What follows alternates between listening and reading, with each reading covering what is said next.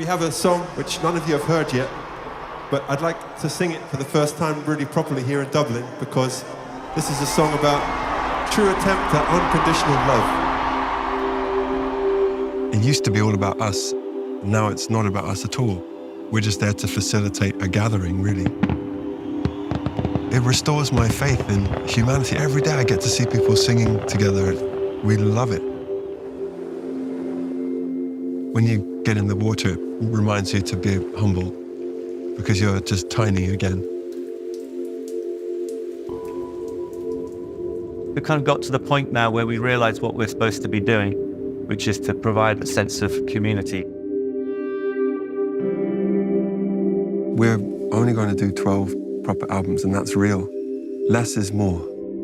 Because you always have to think, well, if this was the last one, would I be happy?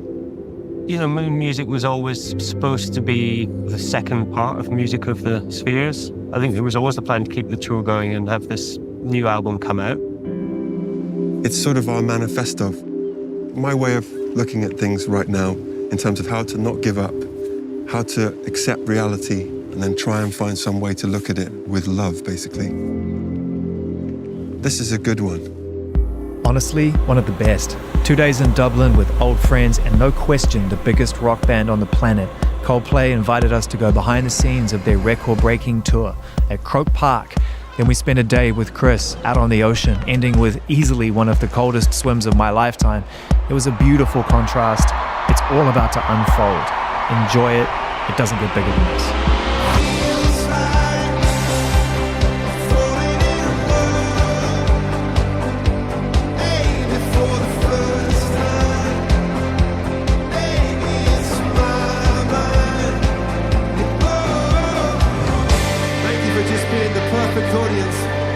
So much. Be kind to yourself, be kind to each other, have a safe journey home. Believe in love. We'll see you on Sunday. Goodbye.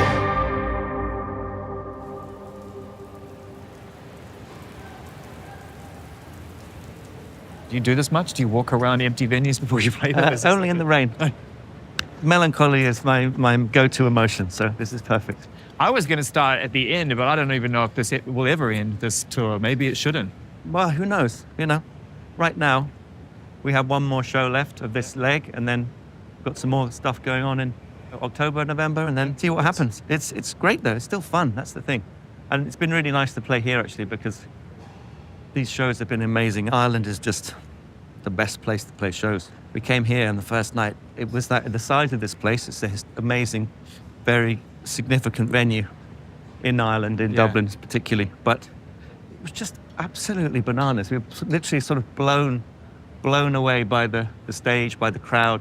We've kind of got to the point now where we realize what we're supposed to be doing, which is to provide a nice kind of 2 hours of escapism and a sense of community and a sense of people feeling like that it's a safe place to feel happy feelings, because Chris says it every night on stage. You know, we're very lucky to witness this amount of people all hanging out together of every color and race, gender, and whatever it is. People are just happy to be together, and there's no arguing. We got the memo. I mean, it's definitely what we show up for at a Coldplay show and other shows, but there's different experiences. And it also, to some degree, must take a bit of pressure off what is a good or a bad show. But in some respects, does that take a little bit of that pressure off? Definitely. It's never the case that we don't notice every little mistake. In fact, we laugh about it quite a lot. Little things that no one would really notice, but we notice. If Johnny, a rim shot. Yeah, exactly. If Johnny hit an absolute clanger the other day, and we were all in hysterics. Which song? Wait, I got to know which one. It was actually it was the intro of "Feels Like I'm Falling in Love." He forgot to switch the guitar on, and then he ran to switch it on, and then inadvertently played a semitone. It was the worst possible interval to get wrong, and it was horrific, but hilarious and funny, and it becomes a nice moment because it's proof that there's it's real. We focus less on the sort of technical side of things and like, how did the vibe feel? Did we get the vibe right? So there's less pressure on the how did we play. It's more about, did we connect? Was there a nice feeling in the room? And so but the best part of the show is always the is the fans, and if they're having a great time, then that makes it a good show. Yeah, you can tell. I mean, like from just kind of watching the videos and seeing the way that everybody is so ready when the lights go down, and even just the starting with is it E.T.? It's E.T. It's E.T.? Yes. Whose idea was that? That was Chris from the get-go. I mean, we're obviously big Spielberg fans, and there's a sort of, slightly outer spacey vibe going on. Yep. So it's an amazing piece of music and quite exciting Beautiful. as well. So you probably don't go up this. Maybe you do go Yes, this. I do work this bit. We're coming down the side. Yeah. And then we go under and up, and then go to the main stage, and then there's a couple of a section where we all play here on the B stage, out in the middle, and then towards the end we go out to the C stage. Yeah. Chris finishes up out there, and we walk back up and do the end of the show, and then off we go. It's timed pretty carefully. I mean, Yeah. You look pretty relaxed, but you got to be up there by the time it's ready to go. Yeah. Although for me it's all right because I'm the one who Kicks it off. initiates things, as it were. So Kicks it off. if I'm not in my spot, nothing's happening. Yeah.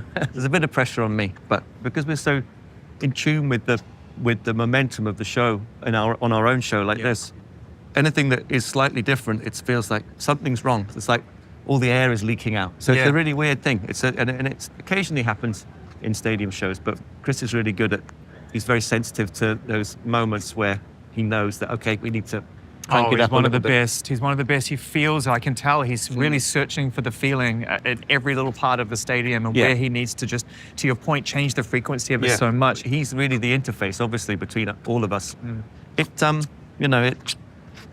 We have ways of communicating and ways of looking after each other, but we're all quite good at that now, just checking in. Are you all right? Yeah, You okay? I'd imagine so, because as we leave the B stage, I mean, this is probably the closest you get to going back to what it was in the beginning, which is that sense of being around each other in a room and playing. It must be really nice when you get out there and are able to play together and see each other like that, and it's not all just facing one way. Yeah, it is nice. The C stage, I think, is maybe the closest to what, the one that right at the back where it's all acoustic instruments as well. It's the bedroom moment. It's living room. So it's like being back in Johnny's bedroom in 98.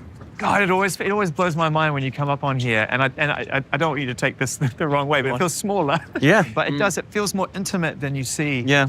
I think it's deliberate. Yeah, it just allows the energy to stay centered if you have quite a compact four in the middle, and that's when the best bits of the show are. I think is when we're all quite close together. We're really proud of the fact that it's still going, and the fact that people are still wanting to come. I think credit to Phil and to Chris as well, who's been very adamant from the very beginning that we have a really democratic ticket pricing system as well. Yeah. Because you want those people to be able to afford to come, and the kids, who are going to be people who hopefully will keep listening to our music. Yeah. We don't want them to be priced out. The fact that when you walk into this room, if you care about this kind of thing, and we all should, and hopefully over time we will, and I think inevitably we all will have to, you're creating an efficiency space, a place where you feel like you're actually part of an experience which isn't taking as much as we take on in everyday life. I really want to give you your flowers for that, because everyone knows Coldplay cares about the environment and you tour sustainably, but I don't think a lot of people understand the lengths to which you've gone and how it's in every nuance of the show. Yeah. It's not just the bikes, and it's not just the air travel, but it's right down to the reusable materials, and also the fact that, the kind of food you're putting on in catering, and the fact that you're giving surplus food to food banks locally. This stuff should be talked about, because it's really, really motivating, and I think very inspiring. I think we had the lull of COVID, and that allowed us a lot of time to really investigate deeply into some of the things that we could be doing, and partner with really interesting people and kind of be open to suggestions. And I think what we came up with was the idea that there wasn't one big thing that got us into this position in the first place. It was a series of decisions and choices that get made that accumulate into something catastrophic. And so in the same way, we thought, okay, rather than trying to do enormous big ticket items, of which there are a few that make a massive difference, but really it's about putting every decision through that filter of okay, literally every single facet of the tour goes through that another layer of decision making. Can we do this better? Can we do it more sustainably? Can we do it greener? Can we do it so it's beneficial? How are we making those decisions, and can we make them better? And so it's pretty much everything from the cups we use to the we've got this new thing. I'm not sure whether they're on at the moment, but the black drapes that go around the back of behind the stage are solar. They're basically solar material, so they are Powering stuff. I'm afraid it's not doing not too today. much in Dublin. But, Maybe not today. But yeah, they basically, because they sit there, especially if we're playing in hot places for 5 or 6 shows residency, they sit there soaking up.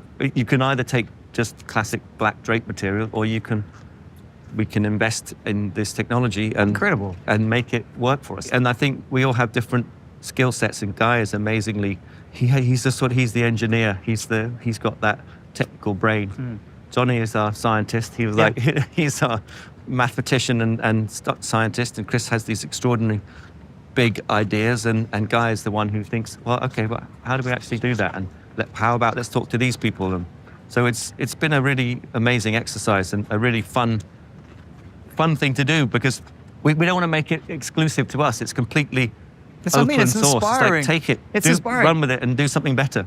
This year we've managed to reduce our footprint by 59%. So the last year was 50 from the last tour. Now we're getting closer to 60, amazing. 65. So it's incremental, but we're very clear with the fact that it's not all done. There's a long way to go. Clearly, it's an ongoing process. But we want to keep going. Just about being honest and open and saying, yeah, we're not quite there yet. Here's what we've done. Tell us how we can do better.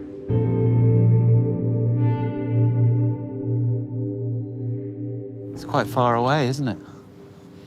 It's hard for me not to think about those very first moments, and you probably, I don't know if you ever afford yourself that. We all keep moving forward in life, but I think about the Shepherd's Bush Empire and the lamp on the piano or whatever it was, you know what I mean? Like, where it all began. It's kind of crazy. Yeah, it is crazy. I don't think we've spent very much time looking back. I think I feel I'm getting to a point where I'm happier to look back and reflect more than I've ever been before. But I think up until now, it's been very much just What's the next thing? 100 miles an hour in one direction forwards. Does it help that you do a tour for 2.5 years? Does it slow things down in a strange way, even though there's momentum and you're constantly got a new leg being put on? But in a way, it's like 4 days here, 5 days there. Does it? Yeah, I suppose so. It seems slower than we've previously done. But tours work a bit like school years. When you're a kid and all of your life is sort of like, this happened in this year of my life. Yeah. Well, for us now, it's like, this happened in this tour. A lot. Yes. As it turns out. Yeah. It happens in 2.5 years. Yeah. It is the kind of tour that I think when you start out in a bedroom, you wouldn't even allow yourself the ability to dream of doing a tour like this, because it seems completely unusual. It's what the Rolling Stones do. I mean, it is at that level where you're playing stadiums and you're touring for 2.5 years, and the scale of it is just gigantic. I was joking with Will about it. I think I captured 9.5, and he corrected me and said, no, we're over 10 million now. In terms of tickets sold. Yeah. And it is something to be proud of. It is. Well, I think we're sort of breaking new territory for us. I think the biggest tour we ever did before this was the Viva La Vida tour in terms of the number of shows, which was about 170, I think. So we're almost at that number now, with no particular end in sight. We're really enjoying it. Yeah, it's weird. 2.5 years in and we're still loving it. Loving it. But it's taken us, I think it's taken us this long to figure out how to pace it and how to balance it, because we've certainly done some tours in the past which have kind of almost killed us and certainly made me never want to tour ever again. Yeah, I certainly think about like our third album tour and stuff as brutal, wasn't it? So what's changed? Not to take you back through the pain of that. Let's go through the pain of that. No, look, we're here, and like I said, this is a very healthy environment, and people come here to celebrate, and we know that tonight will be an absolute release and a joyful experience, emotional experience. So how did you find that balance? What is different between now and then, apart from youth versus experience? We certainly look after ourselves better. Yeah. Touring in your 20s, you're sort of young and excited, and It's all there for you. and you go out after the show late. Yeah. Yeah. But now I think it's being a little bit older, and you just have to almost treat yourself more like an athlete in terms of how you look after your body and mind. Yeah. So I think we've all gotten better at doing that, and but then also just the pacing. Knowing how many shows we can do a year is really crucial for us as well. And But also how many we can do in a week. In a Yeah. week. We used to do 5 or 6. Yeah. definitely no more than 4. Yeah. Well, it makes sense because there's a huge amount of ground to cover and there's a lot of music to share and it's a lot of energy coming your way as well. I always think about the transfer of energy. We're not just screaming and clapping and sending it somewhere else. It's going really toward you and you're giving us this music in return. And I wondered what your relationship like with that is, Johnny, you know, in terms of how you sort of come down from that or how you translate that relationship with us as fans. Well, I think as we've all gotten older, we've stopped treating it as being about us. And so it becomes a lot easier to deal with because really it's just about the people who are here. And then we stop worrying about it being a show about people watching what we're doing or, you know, it's just about, in fact, just a way to sort of get people together and Will was saying that too. enjoy music. He was saying it's sort of like less pressure on like the goods and the bads and stuff. And, you know, the mistakes get made and you're just able to giggle about them and laugh about them. You know, like if someone goes on to play like Feels Like I'm Falling in Love and their guitar's not turned on and then they reach out to try and turn it on and when they do, they hit the wrong note. I don't know who you're talking about there. I had another one last night. Because we missed the sound check because our plane was late and we were doing a song with a band called Aslan, and I've been practicing their song, you know, in its original key. Yeah. But no one told me that they weren't playing it in the original key Live. So I came in with a big power chord. Why is it always the big power chords too? Why isn't it just something gentle like a strum that you can adjust in real time? Why has it got to be the big power chord, right? Well, then I was like, oh, that sounds weird. And I sort of looked around and everyone else looked like they were playing the same chord as me. So I was like, well, I'm going to go for the next one. Double down. Double down. I hit the next one. I was like, oh, no, that's still wrong. Maybe my guitar. So then I was like, oh, it's better tune my guitar. It's a real life shred, isn't it? Dropped a home tune. Because I'm still looking around at everyone. It's like, that guy's definitely playing a D. Right. There's no question. But then it turns out they'd all detuned their guitars. God, can you imagine if you'd done that like 15 years ago, man? I mean, you know, I don't know how you would have felt. Maybe you would have laughed about it then too, still. No. But I mean, it's you just. I'd have crawled into my room for a month, I think.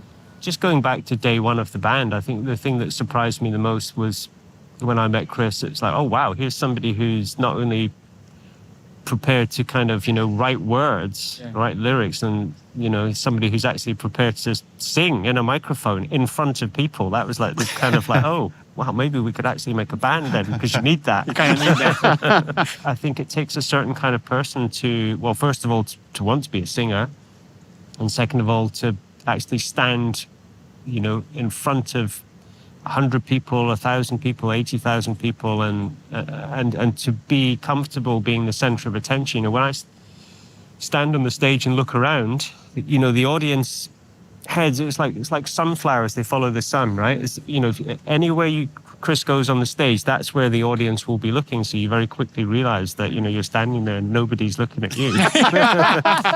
Which I'm quite comfortable with, by the way.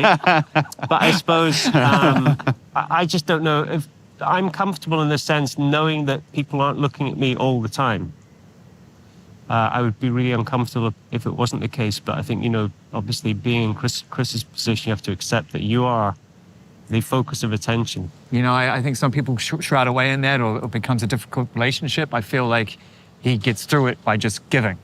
I mean, he really puts himself out there. I mean, it's crazy. I mean, I can't imagine anything worse than trying to come up with a song about people. Yeah. while live in front of 80,000 people. Chris has always been able to make things up just on the spot like that. And I think what's so cool about that Jumbotron section is I'm not sure there's anyone else that could do that. I mean, I love the way you're changing up the set list all the time as well. It feels to me like there's some fluidity in that, which is cool. I mean, most bands who perform in this kind of environment, or artists, there's so much production around it. You got to kind of stick to your beats. Mm-hmm. Yeah, I mean, there's an element of that. You know, we sort of have a structure that we can hopefully play a little bit around with. Yeah. But it's still a structure. Yeah. So you've got other things so it's modular. You can put things in and put things out and stuff. Yeah. Yeah, I think that's a nice way of putting it. But I think we also realize, you know, sometimes we get into the mindset, you know, after 170 shows or whatever, you know, we start thinking about changing the set and moving things around and coming up with a different set. But actually you have to remember that, you know, every time we go to a new place, there's probably, you know, 98% of people there haven't seen the show yet. Yeah. And I think what we've got to be careful of doing is not kind of changing the show up just for the sake of change For us, you know. Just keep it interesting for you. But yeah, but the funny thing is actually, because all of us get bored quite easily with old stuff, and Yeah. you just want to move on and do new stuff all the time. But actually, with this, we're still okay. You know, it still feels good. Well, you have a new album. You know, this beautiful album, man, Moon Music. Congratulations. I mean, you know, continuing to not just perform at the highest level, but record at the highest level, and to have made maybe one of your most complete bodies of work in terms of all the sides of Coldplay, and then call time on a tour wouldn't make much sense in a strange way, right? Yeah, I think, you know, Moon Music was always supposed to be kind of the second part of Music of the Spheres. And I think there was always a plan. I think there was always the plan to keep the tour going and have this new album come out. But I think I quite like this way of working where you don't have to kind of attach albums to tours, and they don't have to be these kind of things that start and stop. You know, it's quite nice having the fluidity of what we're doing, and also just, you know, setting up it's such a huge operation to build up a tour and get it on the road. I feel like everyday life kind of broke that spell a little bit. There were probably lots of reasons why that wasn't such a tour, but that was probably the first time, right, where you put something out and just let it sit on its own. We did maybe Ghost Stories. Ghost Stories too. Yeah, but yeah, like I was saying, you know, this tour took two or more years to plan. Yeah. So the idea of starting another one seems dreadful. Well, I got to ask you, you know, as a friend of Chris's, you know, there's something about mortality which seems to really excite him, especially when he's about to release a record with you guys. He always talks about mortality, not from a personal point of view, but from a sort of artistic point of view, like, oh, you know, this might be the last one. And I sort of wonder if you just become to accept that, or if you're all aligned with that kind of thinking that it's okay to see an end in sight, even if it doesn't, if you're not true to that, and you carry on. What is the end of something? I think it's good to have a plan. It's always good to have a plan. It's good to have a framework to work into. But I think it's also it's a management tool. You know, I think particularly for Chris, who's working, you know, 24/7. I think it's certainly good for him to have in his mind some kind of end goal to help him through that just personality that he is, who's always working. I think if you're a marathon runner and you were told, right, go and run and run, but we're not going to tell you When the end is. where the end is. Beautiful You'd be analogy, pretty by the way. It's a very, very dark and very succinct analogy there. I'm right there with him now. But for us as well, though, it's important, I think, because you always have to think, well, if this was the last one, would I be happy? Right. You know, it's not like there's not another chance. Yeah. You know what I mean? Yeah. Because there might not be ever. You know, you never know. You never know. We have tonight. Come rain or shine. Come rain or shine. I think it's going to shine. Yeah, I'm not so sure about that guy. But what I am certain about as I walked around this empty venue hours before it filled to capacity was that Coldplay are the show that people need to see right now. It's a concert, it's church, it's a spiritual awakening. It's an environment so fulfilling and uplifting. It reminds you that when we all come together despite our differences, we actually have a lot more in common than we think. That's what Coldplay do best, is remind us of that.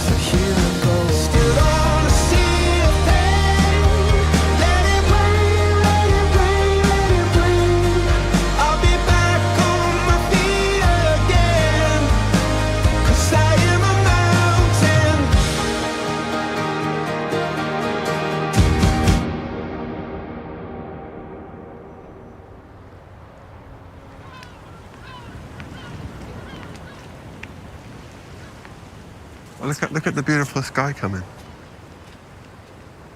you want to sit on that pile of rocks there? Can they film from the... Yeah, we can make anything work, I'm sure. look, that'd be great. Yeah. All right, be careful here, man. We'll go across. Look at this, perfect. This is our spot. I feel like this is important to you, doing this kind of thing, being barefoot wherever you are in the world. Yeah. Do you know what I mean?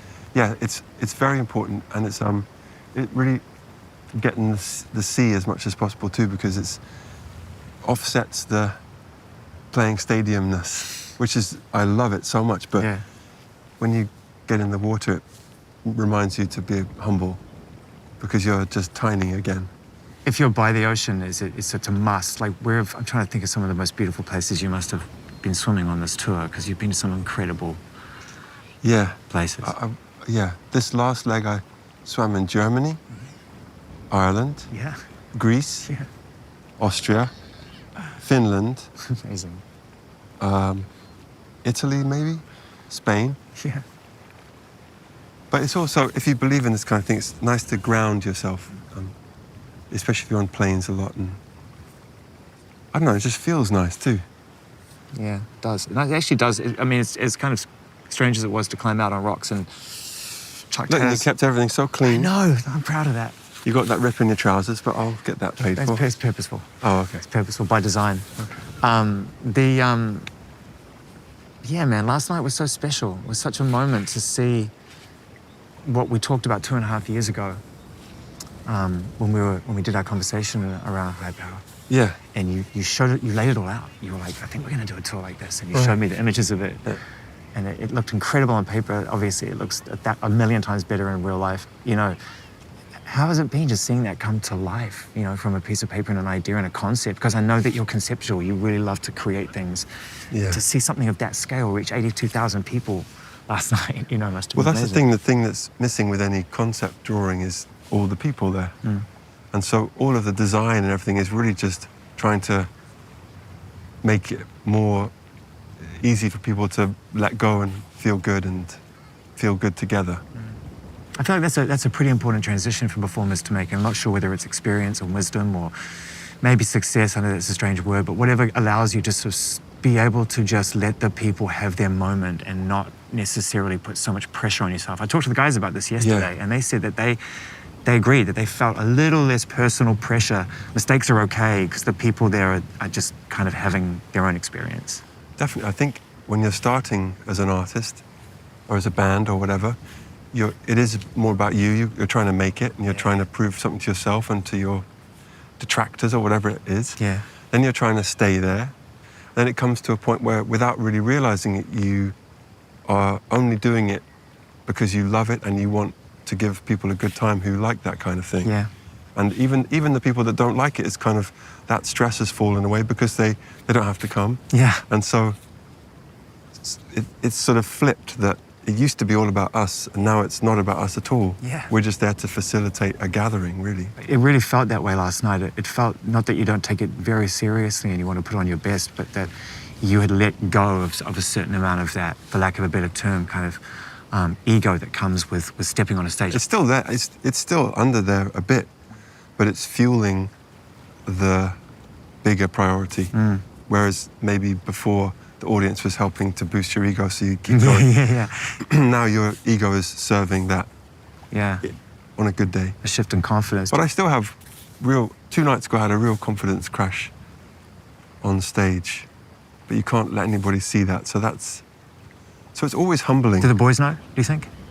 Uh, I think they do, from what they said yesterday. They can tell when you're really in the zone and when you might need a little bit of a pickup. It's funny because Will, who looks so stern all the time, who's so sweet, he's the person I go to if I'm worried. I think I lost the crowd, or that was a terrible improvisation, or whatever it is.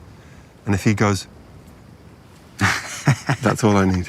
As you were describing the members of the band once, every one of them was a different version of the same thing, which is like this handbrake, this great sort of like voice of reason, this, you know, Will being like this kind of foundational aspect of it. Yeah, very much so. But then, you know, obviously you've got Johnny, who also, you know, has an opinion and is very quick to say, oh, I'm not so sure. Maybe the first, I think, was where he's the first person. And then you've got Guy, who's like, if he doesn't like a song, don't ever even bring it up again. Never. I felt really bad for you because I'm like, you just got 3 of your best friends who importantly all play a version of the same role, and how that dynamic has kind of helped you over the course of your life as an unbridled creative and someone who has big ideas and probably wants to achieve things that most people seem unthinkable.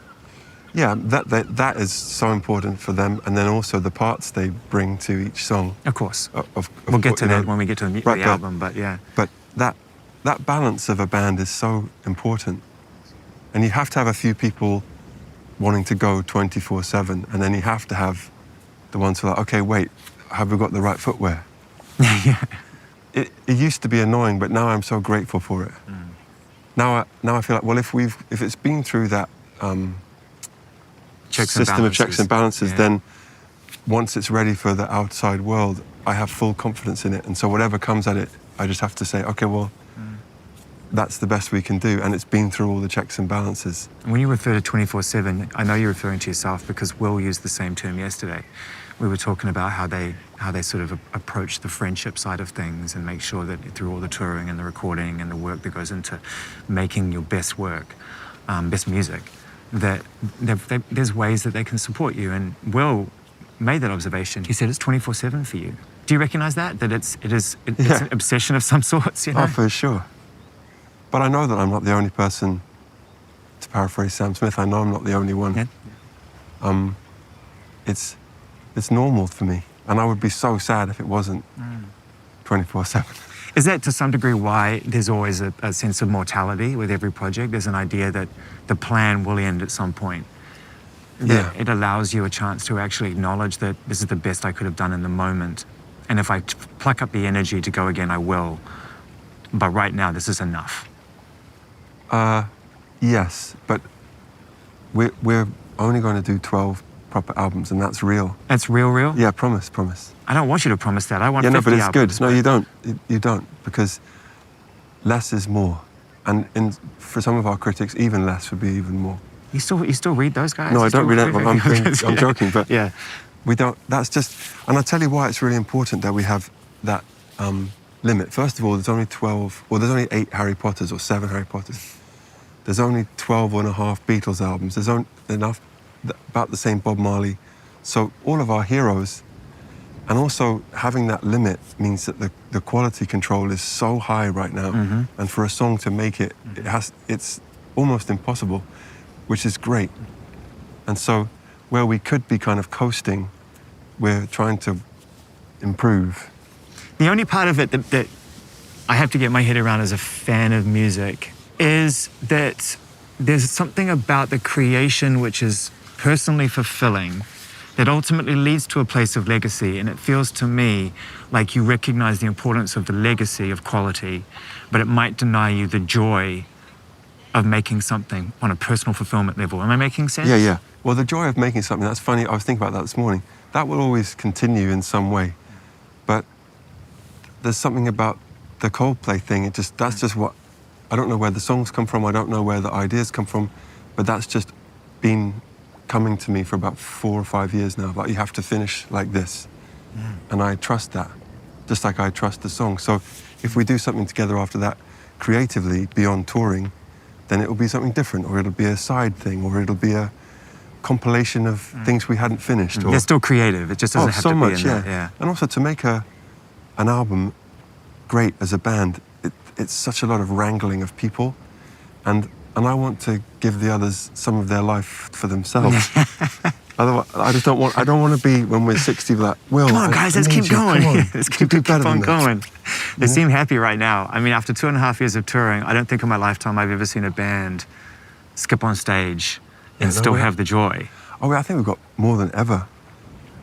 Because of all the reasons, because of getting older, because of COVID, because of everything going on in the world, because of how lucky we know we are, because of the places we get to go, because of the optimism that it gives us to see all different kinds of people gathering together, because of songs that arrive from nowhere, because we go at a slower pace. All these things mean that we love it. I think about everyday life. It's an interesting listen that for me now, because it's grown on me so much. I liked it the first time I heard it, but you didn't tour it as much, and it just felt like one of those records that was going to serve its purpose, and that purpose would reveal itself to me. And so how it's revealed itself to me is that it kind of grounded you in the reality of what life actually is. Right. It's a pretty direct record. Yeah, There's very, songs on there, I mean, that are as political as you've ever gotten, and very. you know, very, very connecting with faith in a very direct way. No more mystery and magic wrapped up in the sentiment. It's like, this is exactly how I feel. And I love it, but it felt to me like it opened up the door for you to actually go into the spheres, and it kind of opened up the magic a little You're bit. very good, Jay. I've got to tell you, not to sound like a rom-com, but sometimes you know me better. Did you say that to all the interviewers? Better than I know myself. Look at us on this rock in the ocean. It's like Love Actually. It's very sweet. That's really true. Yes, so everyday life was sort of an acknowledgement of, like, we see what's happening everywhere. It's a struggle. Life is a struggle for most people, all people at some time. So it was important to acknowledge that before going into and our response to that is, well, we have to try and turn to love as much as possible. Yeah. Because aggression doesn't seem to work, separation doesn't seem to work, vilification doesn't seem to work, meanness doesn't seem to work. This is for me anyway. Yeah. So every day is a challenge to try and find a loving path through not necessarily very loving situations, which is really difficult. So I think everyday life was us saying we're not completely head in the clouds. You know, we're aware of when we go into this hippiness, it's referring to something that we're aware of. It's not just pie in the sky. It's on the record. We understand the struggle. We know what's going on out here. I mean, I'm not pretending that I understand everyone's struggle, but I understand that people struggle. I see it, yeah. And we all do in our own way. Yeah. But for me now, as a nearly 70-year-old, it seems to me like the people who are happiest are the people who acknowledge everything that's going on and then try and find some way to look at it with love, basically. Because finger pointing doesn't seem to have worked. Shouting at people doesn't seem to have worked. Throwing bricks at people doesn't seem to change their minds. Yeah. So, but that's just for us. I feel like everyday life has a companion piece in ghost stories, because I feel like ghost stories was as transformative in a different way. If everyday life got you to see the world differently, ghost stories got you to see your life differently. Definitely, yeah. What's nice about life, if you keep an open set of ears and eyes, which Brian Eno taught us to do, is that the right teachers show up, and the right authors, and the right music, and the right friends, and if you're inquisitive, you can change your life in amazing ways, and you find people who are thinking in a way that you realize you were feeling that all along, but you didn't know how to articulate it. Yeah, you didn't have the tools. For me, that was Rumi, or Viktor Frankl, or Paulo Neruda, or Leonard Cohen, those, I see, okay, now I feel less alone, and I feel like someone's articulated this pull I've been feeling. And then you travel as much as we do, which is such a privilege. And in traveling, you get to understand more the similarities between all people than the differences. And that you understand that the concept of nations and flags and all that is sort of made up to give people a sense of safety, but really we're all here together. That's the actual truth. And there's a book by Ryszard Krasinski called The Other, about how we're often manipulated through fear of the other.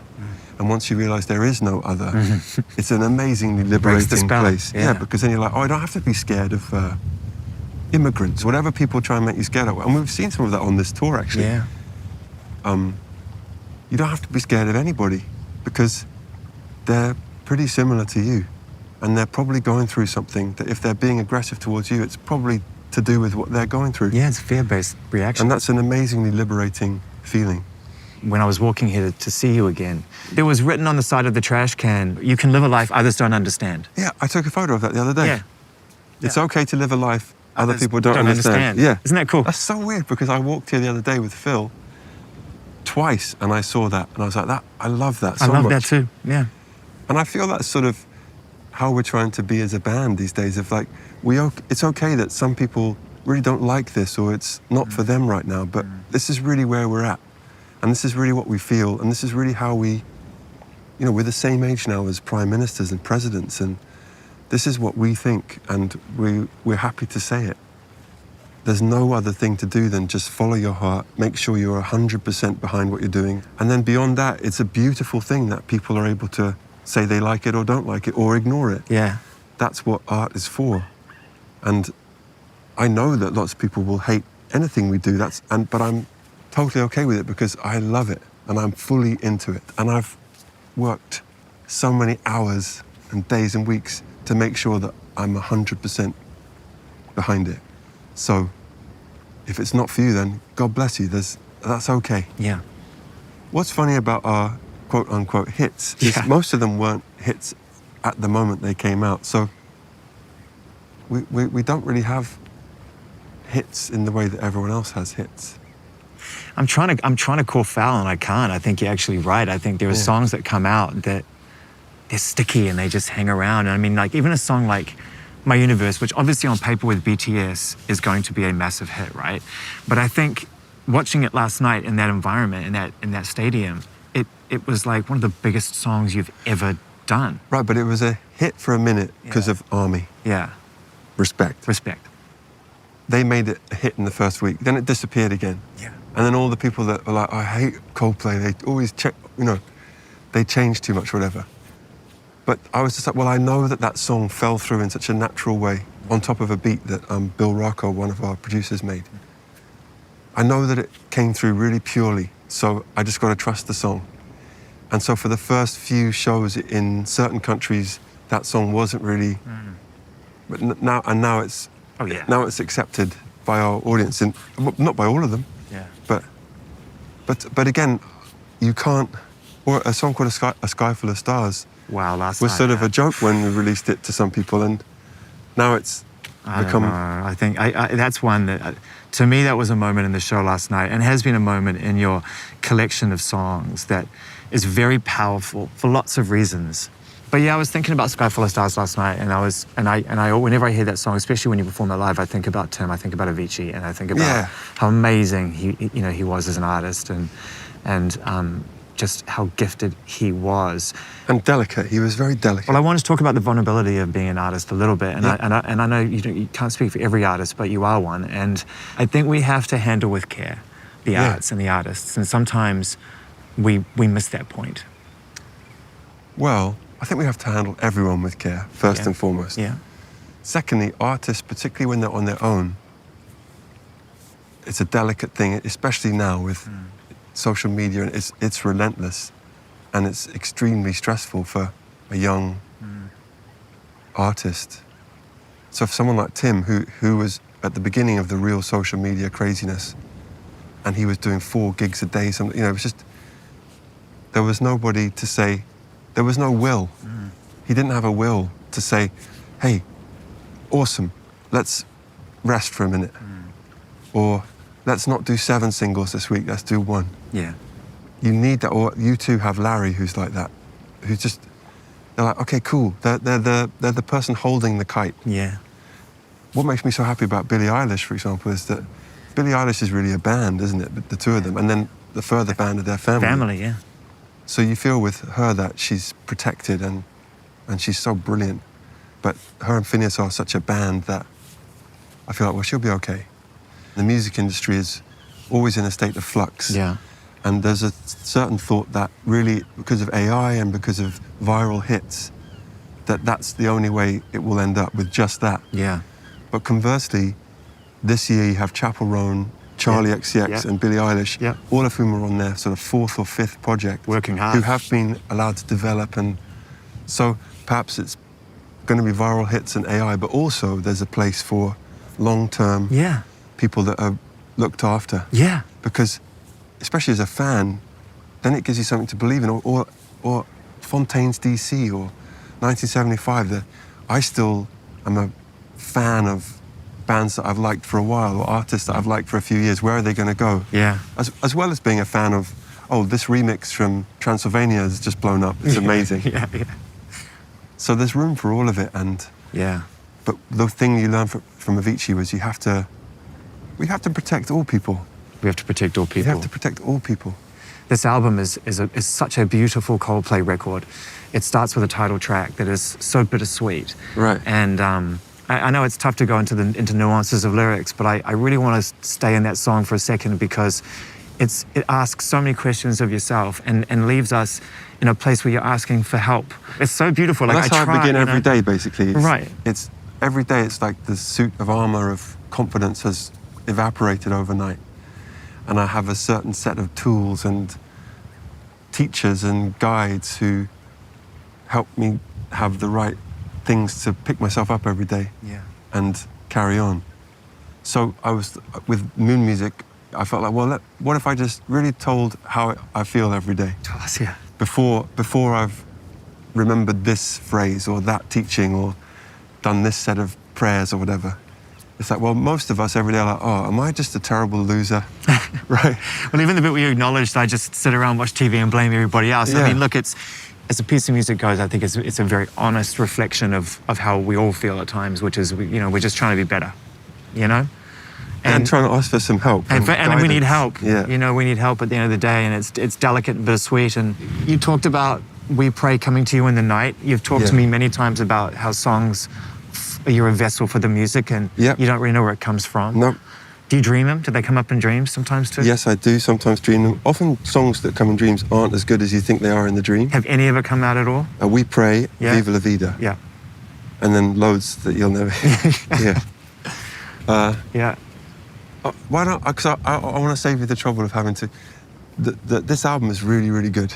It's sort of our manifesto, or it's my way of looking at things right now in terms of how to continue, how to not give up, how to accept reality, not run away from it, not hate anybody, even in the midst of always being filled with so many difficult emotions. So, and it's with Max Martin, so he made sure that it's really good. It sounds like, I mean, this is a compliment, it sounds like hard work. That's hard work. It's so fun though, and because we have Max now, for this period, this last 4 Coldplay albums, he's just the best brother. It just gives you so much confidence. And I know that if a song has passed him and Will and Johnny and Guy and Phil, not to mention other people around me, then and if I really still love it, then I feel like, okay, well, this can come out. And as long as the story of the album is cohesive from start to finish, so there's nothing competing with anything else and everything is part of the journey, then, so this is a good one. Oh, yeah. But we've had a few good ones. So what does moon music mean, though? As a title, as a concept? I don't really know where that came from. Yeah. Maybe it's to do with accepting all the different phases. Maybe it's to do with shining your light without any need for anything in return. That more applies to the sun. There's a Hafez poem that says, even after all this time, the sun never says to the earth, you owe me. Look what happens with a love like that. It lights up the whole sky. Yeah. And sometimes if I'm super depressed, I think about, well, the sun is always shining. So you just can't see it right now. And sometimes if I'm struggling to find a positive perspective, I think, well, the sun is there. Always shines no matter what stupid stuff we're doing. So yeah. And the sun shines on whatever's happening equally. This is getting a bit silly, but this is my point about interviews, is that all the things that I really feel, I've tried to put them in the songs, because when I say them out loud, I sound like a knob. I don't think so. But it's how I actually feel, that's the problem. I don't think there's a difference between the two, and I would hate to hear the music and feel some kind of very genuine connection to what it is you're saying, and then talk to you and you'd be dismissive about what I'm hearing in the records as well, you know, because it'd be more fun to interview if I just slagged other artists off and we tried that. Talked about money. About 15 years ago, and for a brief period of time, I think. I was once mean in an interview in the year 2000. I said something a little bit mean about Bobby Gillespie from Primal Scream, and I still feel terrible. You pick your fights, don't you, man? I mean, this guy's a pirate. But it was because at that time, a guy called Alan McGee had been a bit mean about Coldplay, and they're really good friends. Yeah. Anyway, I regret that so much. I'm so sorry, Bobby. I love Primal Scream. Yeah. In the interim, I met Alan McGee actually in a park, and we went on this lovely walk, and it was so fun. And you realise at a time that even your critics are doing you a favour. Yeah. But anyway, my point is I don't like to say anything mean about anybody, really, particularly not other artists. I mean, there was one particular relationship which got really testy for a while there, but they had it out for everybody. But which one? Oasis, but they had it out for everybody. Oh, you can't take that personally. No, you can't. And now, I mean, there's these shows. I mean, it's going to be... But we never, ever responded. You've got to let people be themselves. Yeah. And if we're in someone's joke, that's fine. I'm really happy for them. Really happy for the two of them. Yeah. And I'm happy that, this is going to sound a bit silly, but the two of them reuniting gives you more hope about the Holy Land and about all of the conflicts in the world. Because it's a biblical Dude, the reaction thing, isn't it? The reaction has been so overwhelming. I think you know, it is deep for people. What would be amazing is if they let Tony McCarroll play drums, but that's asking for too much. We don't know yet. We don't know who's showing up on the day. Because I'd like to go on record and say, his drumming is amazing. And a bit like Ringo had for a while, oh, he's not very good at drums. Well, he's the drummer on Definitely Maybe, so he's doing something right. Yeah, right. And he brings this bagginess. There's a feel. And there's a swing in there that's just amazing. Yeah. Like someone said last night, Tony McCarroll had the roll as well as the rock, which is what Keith Richards said about Charlie Watts. Because Charlie Watts had a swing. Yeah. In the middle of Moon Music, there's a really wonderful composition, which I'm just going to call Rainbows. Oh yeah, it was called Alien Hits, Alien Radio, but it's just It's a rainbow. a rainbow emoji. Yeah. Yeah, right. It's so.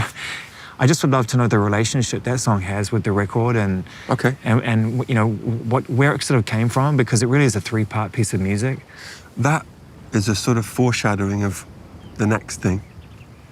And it's supposed to be songs by other artists from other galaxies that are sort of answering the question in the song Moon Music. So in a way, it's supposed to be angels and otherworldly beings saying, why don't you try this approach, which is acknowledge how you feel, express it in a safe place that's not going to hurt anybody, and then try and be loving. That's what that song is. It's sort of, and then it finishes with Dr. Maya Angelou singing about when it looked like the sun wasn't going to shine anymore, God put a rainbow in the clouds. So to me, it means you have to accept all your colors and all the colors of other people. This is literally and metaphorically. And once you accept all those colors, then you can be yourself, and then you can let everyone else be themselves. That's what. Well, there's a huge amount of acceptance on this record. You know, I mean, Jupiter is a classic example of that, and such a beautiful story, and you know, a continuation of what you've been saying for a while in your music, which is like, you know, love who you love, and I love that song as well. I think, and it sounds like it was a very easy performance for you. Yeah, but it's not love who you love. It's I love who I love. Right. The first love is like shouted. I love who I love. Not just I love who I love, leave me alone. It's like, no, I'm really proud of who I love. That's what it means to me. It's funny because like I keep saying, we travel so much. We're so privileged to see all kinds of people and all kinds of love. And now we have this thing in the show where we have people on screen and we try and sing about them with varying degrees of success. But it's just so cool, all the types of people that come up, and gay couples and trans people and this nationality and that nationality. And the more you're exposed to things that you might have been taught to be a bit afraid of, the more you realize, oh, it's all love, and it's all, why would you ever want to stop someone being themselves as long as they're not hurting anyone else? Well, my love, I mean, it was really lovely hearing you end the show with that last night, and hearing everybody sing that song. Well, I did ask him to sing it. Nah, it's different though. It's different. You can prep people, but it's not the same. I liked that bit. That was new yesterday. It's not often I feel like you allow yourself to just bang out the anthem like that. You know, you on the piano and just like, I mean, that is a fucking... I'm doing that before you started Gonzo, my friend. It's true, it's true.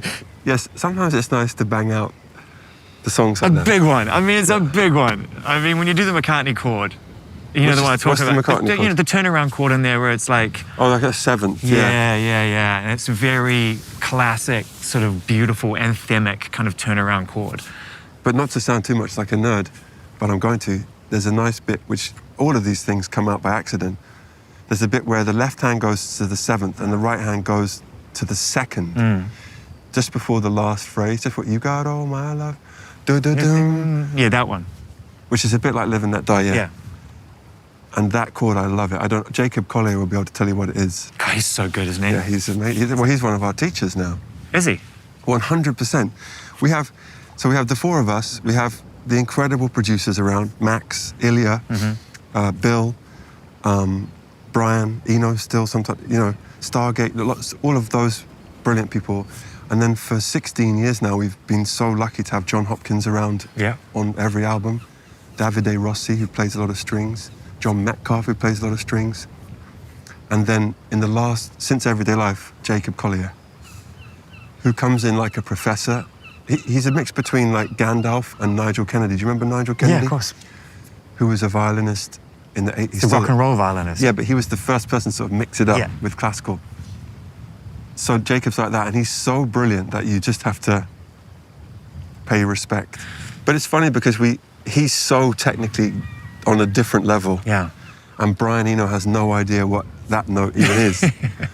But they both have had this seismic impact on us mainly because of the joy and the passion and the different ways it's expressed. But the through line is that they love it, they live for it. And we're so lucky we get to work with these people. Yeah, that's a dream team. I mean, you start talking about those individuals, you start adding John Hopkins into the mix and all these amazing people who you can just turn to when you think you've got something, right? Yeah, and then there's a group of singers led by a lady called Denise Carite that we met doing a cover for Radio 1 of Graceland because the rest of the band weren't available, so I did it. And I said, I need to find some singers. And we met this group of singers, and I called them very early on now to say, hey, please can you come and try this song and let it expand into registers I can't get to. So it's more than ever, it's always been a collective, our band, but it's more than ever that now. Well, the community is bigger than that even. I mean, for the longest time now, you've had this extended, chorus with the family, and bringing people in to sing on songs. With people who... Yeah, well, like with Moses and Apple, with your kids, they sing it on this album as well? Yeah. They are? Yeah, and they have a co-write on something or other. Because Moses will say, that bit should go like this. That's cool. Isn't that great when you meet at that point where, if you're lucky, the people who you love you share some passion for something and you get to find a mutual meeting place? Yeah, it's amazing. And then Apple sings on a few. I mean, it's so lovely to... But to be fair, they've been on every album since Ghost Stories. Yeah. I think that was the first one. A lot of artists, when they become successful, they protect the family unit away from the job and away from what they're doing. There's like family and then there's the work. We don't do this. And yet you were very inclusive and brought the family into the creative process and wanted to be a part of it. It's all the same thing, How do I say this without sounding too pretentious? Coldplay is my life 24/7. Everything I'm looking at has the lens of my children and the band. At all times. Is this good for those two groups of people? And some other people too, but those two things are always there. And so often those two things meet. And also, will my kids like this? Or Moses and me were so into Fontaine's DC, like to a deep level, and it's such a connector for us. And of course, they're influencing what we're doing and what my son is doing, So for me, family and first of all, I feel everyone is in your family. So, but you mean people who actually came... Yeah, right. That part. Right, so it's all the same thing. Yeah. And they come and meet you at the studio and you say, well, what do you think of this? And, Don't you feel now, after playing in front of 82,000 people and change, night after night, huge amounts of people coming in and really, don't you feel, for lack of a better term, protected? I feel you give too much to people for there to be any desire to catch you out anymore. There's no gotcha anymore. I just don't Do you think that. so? I think there's... So. No, I think it's always... Positivity and negativity, by the laws of nature, are always balanced. So I just assume if everything's going really well for us, it's also going really badly. If everyone's saying nice things, the whole exact amount of people are saying... How does that serve you? It serves me by just trying to keep me completely neutral and not go too much either way. I don't really read things or go on social media because it's not healthy. But things get to me, or I hear about things, or people say this, or people don't like that, or people are accusing you of changing into this kind of band, or people say you've broken up, or you've had this, or whatever. And it's just like, it's all good. If for some people we're a character in a soap opera, that's great. Whatever helps people, gossip helps people. It's a sort of therapy in a way. So if you're a character in those modern soap operas, which is, celebrity culture, you just have to be like, okay. Yeah. It's okay. But in terms of being protected, I don't think of it like that. I feel like, in fact, I feel always super exposed. But I just try and have faith that, we're doing our best. I'm doing my best. I make mistakes. I accidentally upset people, or I say a mean thing where I didn't want to, or I get angry when I shouldn't have got angry, or I mess up the set list that day. Every day there's a myriad of negative things that I've accidentally done. we're doing our best. And you have to just accept there'll be positive and there'll be negative in equal amounts. So don't get carried away with everything's amazing or everything's terrible, because it's both. Yeah. Yeah, that's called living in the moment, my friend. Oh, it's getting cold now. You have to grow up in Devon to be used to this. This is all I used to do with my cousins. Well done. It was worth it. Yeah, it's beautiful. What is on top of that? Look, there's a seal. Hey, guys, look. Yeah, look. See, there's a seal on the top of the rock.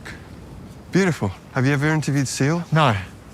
Where I live, it's funny because you see seals and sometimes you see seal. At the same time? I'm one of the only people who can say that, yeah. Did you feel it though when you wrote All My Love? Did you like just kind of get through the initial arrangement of it and just be like... Would you like me to tell you the truth? Yeah. Some songs arrive fully formed and you're just like, where did that come from? Thank you so much. And that's only happened about 6 times. Viva La Vida happened like that. Yellow happened like that. Paradise happened like that. A Sky for the Stars happened like that. All My Love happened like that. I'm not surprised. And yeah, so I don't know. It just came through on a really cheap keyboard that I took to Jamaica. Yeah, I was like, wow. Okay, thank you. Is it the first time you ended the show with it? Yes. How did it feel last night hearing It everyone felt sing really it nice, back? but I told him to sing it back. No, but it's it doesn't not the count. same. It's a fake sing-along doesn't count. But you have to listen back to the clip. People really connected with it immediately. Okay, well, let me tell you what happened. Because I felt like, oh, that went really well. That's brilliant. So when I went back to my room, I thought, you have to humble yourself, my friend. Right. So I Googled cigarettes and alcohol live by Oasis. And I was like, well, that is a compare sing-along. and contrast therapy. Yeah, I was like, don't get ahead of yourself. Right. Sweet cheeks, because you've got to be put in your place sometimes. It was a special one. You know, I got to the venue yesterday and I said to Will, like, you know, you're nearly there, you nearly did it. And he was like, did what? And I said, well, you know, he's like, well, we're not done. I said, yeah, but Australia, New Zealand, it's like, it'd be fun. It's like a nice way to end it. And he's like, we're not ending, what are you talking about? What are you talking about? It's just what we do. That's what he said. I don't really want to do anything else. Yeah. I love it. Yeah. You're kidding? It restores my faith in humanity. Every day I get to see people singing together. And it's just so fun. Yeah, it's fun for us too, man. Yeah. We're gonna get in the water. Yeah. Did you ask for permission to park your boat there? People think Zayn hasn't let money get to his head, but look at his boat. For most people, the idea of performing in front of 80,000 people every night seems strange and untouchable. How do you turn it on every night? And also, how do you turn it off at the end of the night? For Chris, it's as simple as being barefoot, literally grounded, and surrounding yourself with something familiar, or in the case of the ocean, something much, much bigger than you. You're the lifeguard? All of us. You're all the lifeguards? No, sorry, and the airplane. It's about 15 lifeguards. Chris, what's your name? Matthew? Hi, Ellie. Ellie, how you doing? Good. All right, look, we're going to go swimming. Yeah. We've got 7 lifeguards.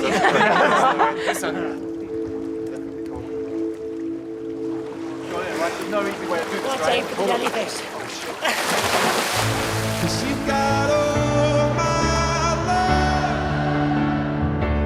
Whether it rains or pours, I'm all yours. And you've got all my love. Whether it rains, it remains. You've got all my love. With all my heart, I thank you so much. Goodbye.